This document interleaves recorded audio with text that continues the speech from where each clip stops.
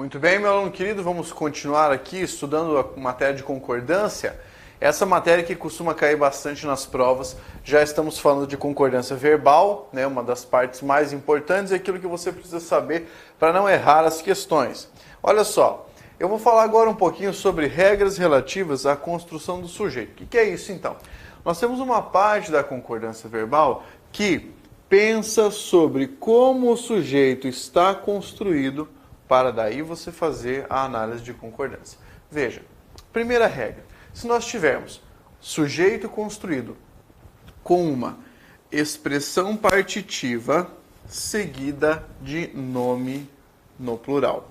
Bem, primeiro vamos entender do que se trata uma expressão partitiva, tá? Uma expressão que dá uma ideia de divisão, de parte.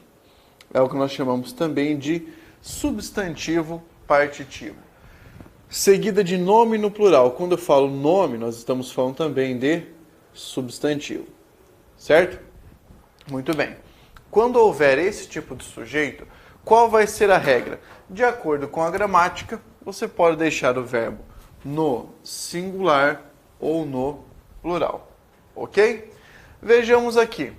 Grande parte dos jogadores fez ou grande parte dos jogadores fizeram uma preparação intensa. As duas formas estão corretas.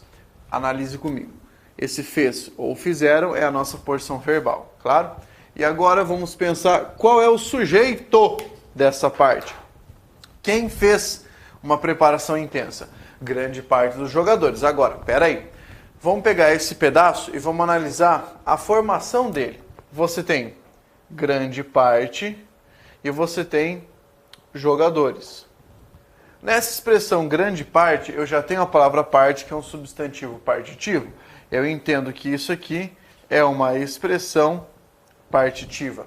Esse grande parte, a maioria, a minoria, certo? Maior parte, menor parte, enfim, é uma expressão partitiva. A palavra jogadores é o nosso nome que está no plural. Veja, está no plural aqui nesse substantivo. Quando você tiver essa formação, expressão partitiva seguida de nome no plural, você pode deixar o verbo no singular, assim como você tem a palavra fez aqui, ou você pode deixar no plural. O que significa isso? Quando eu digo grande parte dos jogadores fez uma preparação intensa, eu tenho a palavra parte orientando a concordância. Ou seja, o verbo está concordando com a expressão grande parte, com a expressão partitiva. Quando eu digo grande parte dos jogadores fizeram uma preparação intensa, o que é que eu tenho? Eu tenho a concordância aqui com o substantivo jogadores. É por isso que nós temos as duas possibilidades, certo? Fez ou fizeram. Essa é a forma de mantermos a correção gramatical aqui. Então, lembre-se de que a expressão partitiva orienta uma possibilidade de concordância. A segunda, que é o nome no plural, orienta a segunda possibilidade. Agora, você pode fazer uma pergunta do tipo, professor, mas se a expressão partitiva estiver no plural, aí eu só tenho uma possibilidade, que é a possibilidade de deixar no plural. Afinal de contas, se eu tenho uma da expressão no plural e a outra também no plural, tudo vai ficar no plural. Entenda isso, tá? Essa relação de concordância que nós temos leva em consideração a construção da frase. Nesse caso, esse é o primeiro tipo de sujeito, que é o sujeito partitivo, tá? Seguido de nome no plural. Ok? Então, tá, já matamos esse pedacinho aqui. Fácil, simples de entender. Vamos adiante. Olha só. Segunda regra. Se nós tivermos o sujeito construído com uma expressão que indica quantidade aproximada seguida de numeral. Veja, deve haver expressão que indica uma quantidade aproximada e deve haver também na frase um numeral. O que é que vai acontecer quando rolar isso? O verbo não vai concordar com a expressão que indica quantidade aproximada e nem com o numeral. O verbo vai concordar com o substantivo que estiver na expressão. Não entendi, professor? Então vamos lá. cerca de 50% das pessoas gabaritaram a prova. Eu tenho uma frase aqui para analisar, vamos pegar essa aqui para o começo. Cerca de 50% das pessoas gabaritaram a prova. Eu vou colocar aqui uma barrinha para separar. Lembrar que o que nós estamos analisando é concordância verbal, então você vai olhar para esse gabaritaram aqui, que é o nosso verbo. Você vai perguntar, porra, por que é que isso está no plural? Pronto. Perguntando isso, você tem cerca de 50% das pessoas. A expressão cerca de é a expressão que indica quantidade, o quê? Aproximada. Beleza? Expressão que indica quantidade aproximada. Seguida de quê? De numeral. Está aqui o numeral. 50%. Agora, nessa expressão, cerca de 50%, eu não estou concordando nem com isso e nem com isso. Eu vou concordar com o quê? Com a palavra pessoas. Então, marque que a palavra pessoas aqui não é o núcleo do sujeito. Isso é bem importante entender. Não é, tá? Agora, é o substantivo que ajuda a formular esse sujeito. É com esse substantivo que o verbo vai concordar. Ou seja, gabaritaram por causa da palavra pessoas. Perfeito? Essa relação de concordância deve ficar clara para você. É expressão que indica quantidade aproximada, mais um numeral, mais um substantivo. Tá? E o que o orienta a concordância, o que dá a letra para você concordar aqui, é esse substantivo. Depois, na frase de baixo, cerca de 50% do povo gabaritou a prova. Nós vamos fazer o mesmo procedimento. Você vai parar no gabaritou e agora você percebe que esse gabaritou está no singular. Vamos lá. Eu tenho ainda o cerca de, que é a expressão que indica quantidade aproximada. Pablo, você pode dar outros exemplos? Claro. Aproximadamente, perto de, tá? Então, aqui temos mais exemplos da mesma situação. Aqui, 50%, novamente, um numeral. E agora, olha qual o substantivo que está aqui no meio. O substantivo é a palavra povo. Está aqui o substantivo. Perceba que essa palavra povo está no singular, assim como o verbo gabaritar. É a mesma coisa, então. É esse substantivo que está orientando a concordância dessa parada aqui no singular, desse verbo. Tá? É por isso, então, que nós temos uma relação de concordância verbal aqui nessa sentença. Uma coisa simples de entender, uma coisa relativamente fácil. Beleza? Então, já vimos aqui a ideia de concordância com esse sujeito construído com uma expressão que indica quantidade aproximada. Eu só quero que você tome um cuidado. Por quê? Que nem sempre virá assim. Você pode ter, por exemplo, uma noção de quantidade expressa apenas por uma porcentagem. E aí? Quando for porcentagem, vai fazer o quê? Você vai concordar com a noção de quantidade. Putz, não entendi. Então vamos lá. Eu tenho a frase, 50% gabaritaram a prova. Claro que aqui, nesse caso, foi só ilustrativo, né? O fato de eu colocar os 50% assim.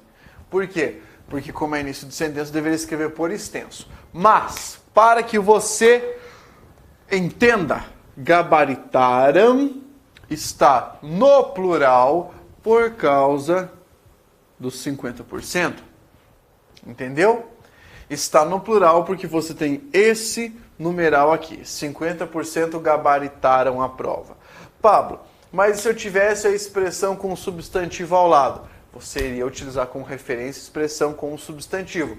Quando houver apenas a porcentagem, você usa como referência essa noção de quantidade. Tá ok? Tranquilo, né? Vamos adiante. Olha só, próxima regra que nós temos. Sujeito construído com substantivo no plural. O que eu quero dizer substantivo no plural? Existem alguns substantivos que só podem ser grafados no plural. Como assim? Eles não podem ser grafados no singular porque eles perderiam a sua característica original. Vamos pegar alguns exemplos aqui. Por exemplo, a palavra Minas Gerais, tá? É um substantivo que se só grafa no plural. A palavra óculos também. Agora, vamos pensar aqui. Quando eu emprego uma frase dessa na sentença, eu preciso levar em consideração como o sujeito está construído. Então, meu sujeito está construído com um substantivo desse tipo, sem artigo ou com um artigo no singular. Se eu tiver essas duas possibilidades, sem artigo ou com artigo no singular, necessariamente o verbo fica no singular.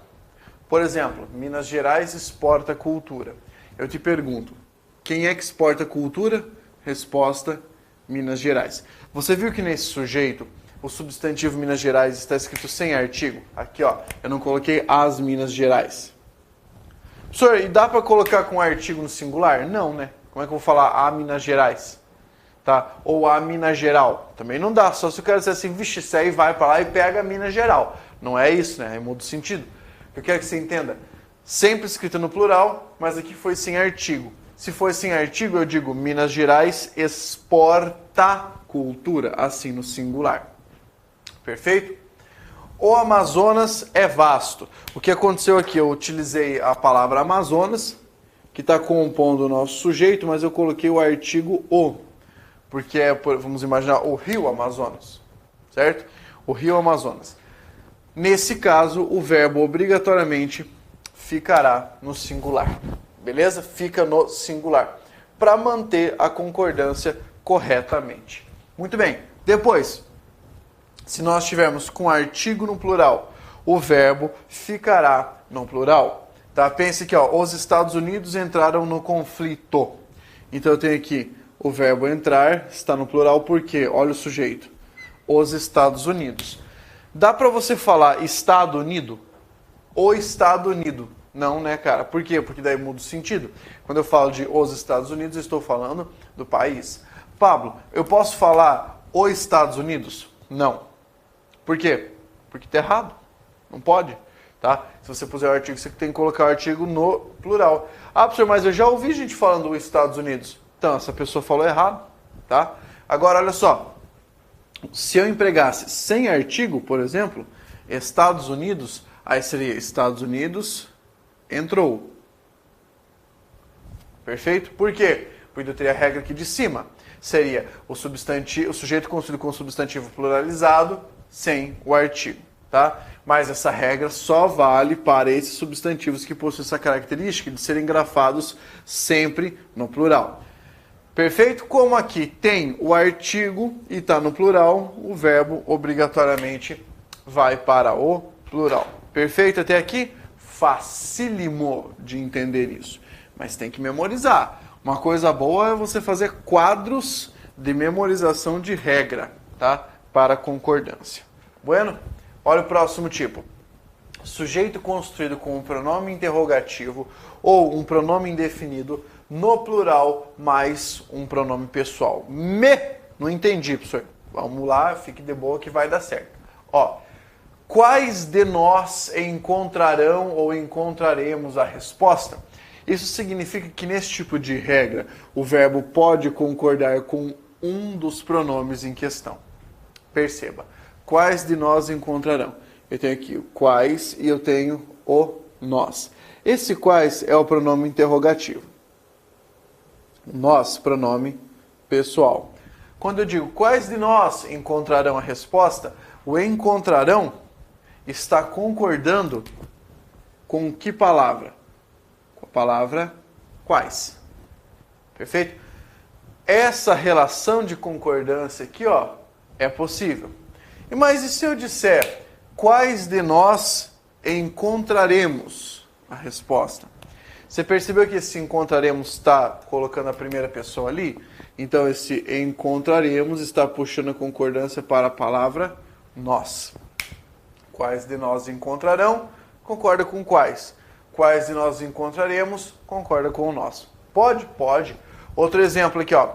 Muitos de nós, opa, aqui eu tenho um pronome indefinido e aqui eu tenho um pronome pessoal. Então vamos marcar. Pega o seu material aí sem preguiça.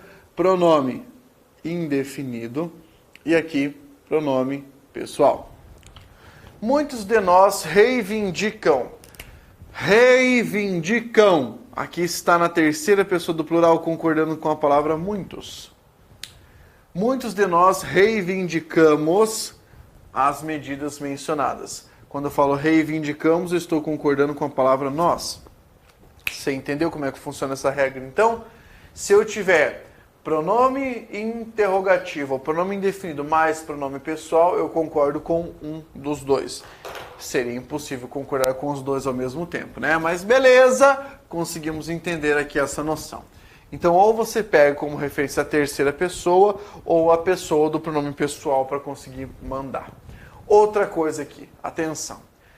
É uma observação, né? Se os pronomes estiverem no singular, o verbo também permanece no singular. Ixi, não entendi.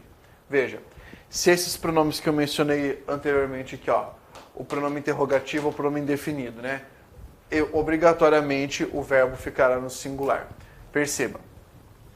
Qual de nós é capaz de resolver o problema? Aqui eu tenho o pronome interrogativo e aqui eu tenho o pronome pessoal. Por mais que tenhamos o pronome pessoal aqui, esse verbo tem que ficar no singular. Por quê? Porque essa forma aqui está no singular. Então essa é uma observação em relação à regra, tá? Se eu tiver esse pronome no singular, esse verbo obrigatoriamente também vai ficar no singular. Por quê, professor? Porque você tem que entender o seguinte. Nessa construção, eu tenho pronome, preposição e pronome. O que, em tese, tem a predileção na concordância é o primeiro deles. Então, se os dois estiverem no plural, perfeito. Dá para entender, né? Dá para entender que você vai fazer uma concordância pluralizada colocando a primeira pessoa junto ou não colocando a primeira junto. Agora, quando você tem um no singular e um no plural, a predileção é desse que está no singular, sendo o interrogativo ou o indefinido, tá? Nossa, Pablo, essa regra é um pouco mais complexa. Eu sei que ela é, mas faz parte da língua. Outra regra. Se você tiver sujeito construído com a expressão um dos que, cuidado, um dos que, o verbo deve ir para o plural, obrigatoriamente. Então veja, César foi um dos intelectuais que mais apoiaram a nova visão de cultura. Bem, o que é que nós temos aqui? César foi um dos que. O que é isso? Nós temos a palavra que e o referente está no plural. Então, é obrigatório que você coloque esse verbo no plural. Em vez de falar, ele foi um dos que mais apoiou, porque daí seria um erro de concordância. Não pode ficar no singular. Tem que ser um dos que mais apoiaram. Então, você pega aqui, ó, um dos que, e o verbo aqui, ó, fica no plural.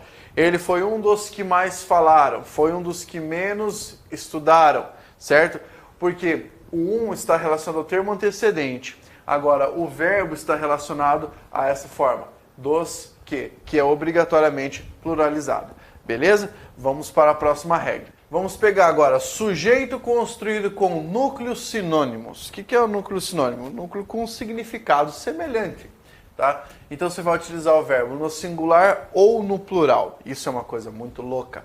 Veja, tragédia, catástrofe e incidente é o futuro daquele lugar. Ou tragédia, catástrofe e incidente são o futuro daquele lugar. As duas formas estão corretas, porque neste sujeito, que termina aqui na palavra incidente, você tem 1, 2, 3 termos que são sinônimos. Esses núcleos são núcleos com uma correlação semântica, né? São sinônimos.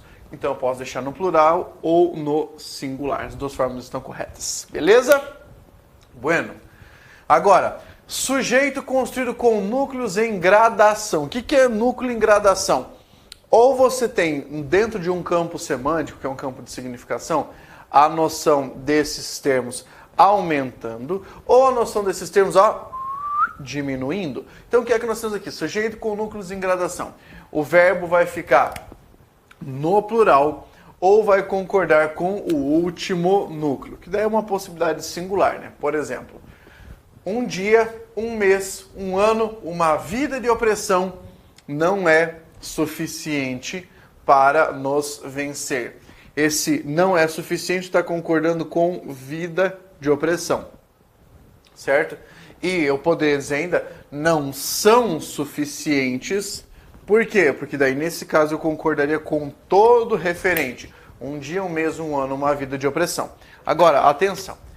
O que é a gradação? Tá? Só para que você saiba, o sujeito é tudo isso, desde um dia até uma vida de opressão. Um dia é menor que um mês, que é menor que um ano, que é menor que uma vida.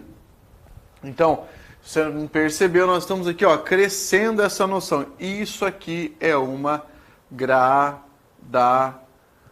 Gradativamente vai crescendo. Tá? Então, isso é uma figura de linguagem chamada de gradação. Quando os núcleos do sujeito estiverem assim em gradação, eu posso deixar no singular para concordar com o último referente, uma vida, ou posso deixar no plural para concordar com todos os núcleos de uma só vez. Perfeito? Tranquilo? Então, beleza. Já matamos essas duas regrinhas aqui. Professor, tem muita regra de concordância. Então, tem mesmo, tá? Tem mesmo. Há várias regras de concordância. Algumas caem mais. Eu vou dizer, essa aqui tem que estudar mais, essa aqui tem que estudar menos. Mas é bom que você entenda todos, pelo menos para que, se você estiver fazendo alguma prova e a banca resolver apelar, não poder apelar nas tuas costas, que daí você vai saber responder. Olha só, se você tiver sujeito constituído por pessoas gramaticais diferentes. Ué, o que é isso, por pessoa gramatical diferente? Você soma uma terceira pessoa com uma primeira pessoa, por exemplo. Fez isso. Somou terceira com a primeira, o resultado vai ser concordância com a primeira. Por quê? Porque existe o plural da pessoa predominante. Como assim plural da pessoa predominante? Na língua portuguesa, a hierarquia é a seguinte. É primeira, segunda e terceira, certo? Se você somar primeira com qualquer coisa, o resultado vai ser primeiro no plural. Segunda mais segunda ou terceira, porque com primeira não daria, vai dar segunda no plural, tipo vós. Terceira mais terceira, porque se você somar com o segundo dá na segunda, somar na primeira dá na primeira, aí que vai ser a terceira no plural, certo? De resto, você pode seguir a regra tradicional de concordar com a primeira pessoa. Marina e eu vamos à festa da praia hoje. Vamos analisar? Aqui você tem o verbo, que é o verbo ir, e aqui você tem o sujeito. Marina e eu. Marina é um referente de terceira pessoa. Eu é um referente de primeira pessoa. Quando eu digo Marina e eu vamos à festa, eu concordei esse verbo aqui com a primeira pessoa do quê? Primeira pessoa do plural, certo? Essa relação de concordância é uma relação obrigatória. Por quê? Porque aqui eu tenho terceira mais primeira, então a resposta, a relação de concordância fica com a primeira do plural obrigatoriamente. Se eu disser Marina e eu vão à festa, aí tá errado, né? Porque a primeira pessoa está ali no meio, então ela tem que aparecer na concordância do verbo.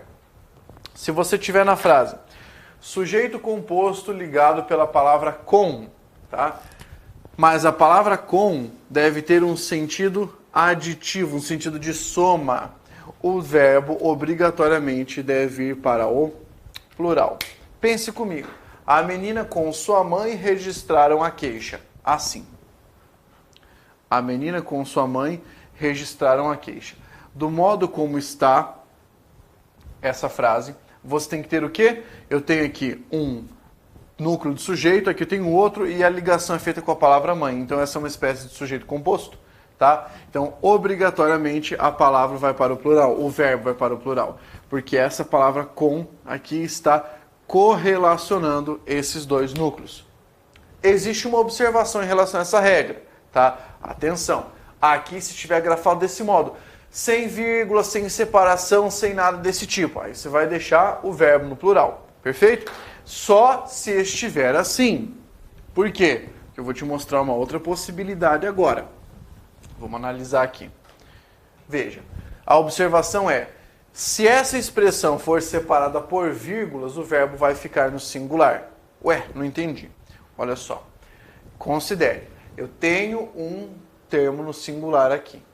Ah, professor, se estivesse no plural, do verbo iria para o plural, cara, porque o sujeito estaria no plural. Você não pode ficar imaginando que a língua vai mudar, tá? Agora, olha o que aconteceu aqui. A menina, com sua mãe, registrou a queixa. Esse termo, entre vírgulas, perdeu o valor de segundo núcleo do sujeito. Ele começou a funcionar como o quê aqui? Como um adjunto adverbial de companhia.